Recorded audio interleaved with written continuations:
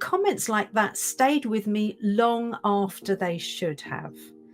And I think I've probably shared with you before that my early 20s and even into my 30s, I refer to as my insecure years. The remarkable photographer I'm talking about is the uber talented Brigitta of Nux Photography.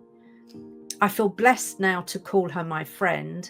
And to me, she is a true legend in her own lifetime, because if she can do that for me, I know how she'll be able to have you gaze upon and accept your own image with love. Once I got married to my fabulous husband and I came over to England to have babies, I dropped the acting because I couldn't cope with the auditions anymore with 2 kids. And I started photographing people more seriously. I was given studio equipment and people came and I photographed them for free. La, la, la, la, la.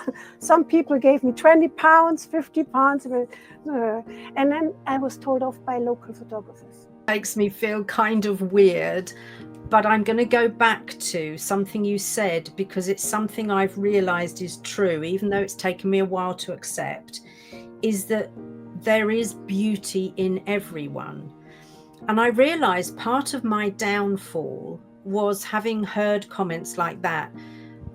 I was judging my beauty or even whether I was beautiful based on comparison. So I would look at, cheerleaders and the glossy skinned and the perfect teeth and the 6-foot long legs and all that sort of stuff. It's us, both of us. And they start laughing and their body language changes. I then use this as a tool. That's where the model kicks in. I can tell anyone how to pose and how to look good, and I find their angle. Then I tell them, "Oh my God, you look amazing there. Stop." People feel differently, and that feeling stays with us. Honestly, we're unlikely to flourish. We can be successful, we can make progress, we can do all sorts of wonderful things. But until I can look at myself with the loving gaze that I would look at a lover with, or a newborn child, or until I can talk to myself with the same loving words that I would use to somebody very dear to me, then I'm not going to be the most fully expressed version of myself. If you start to love yourself the way you truly are,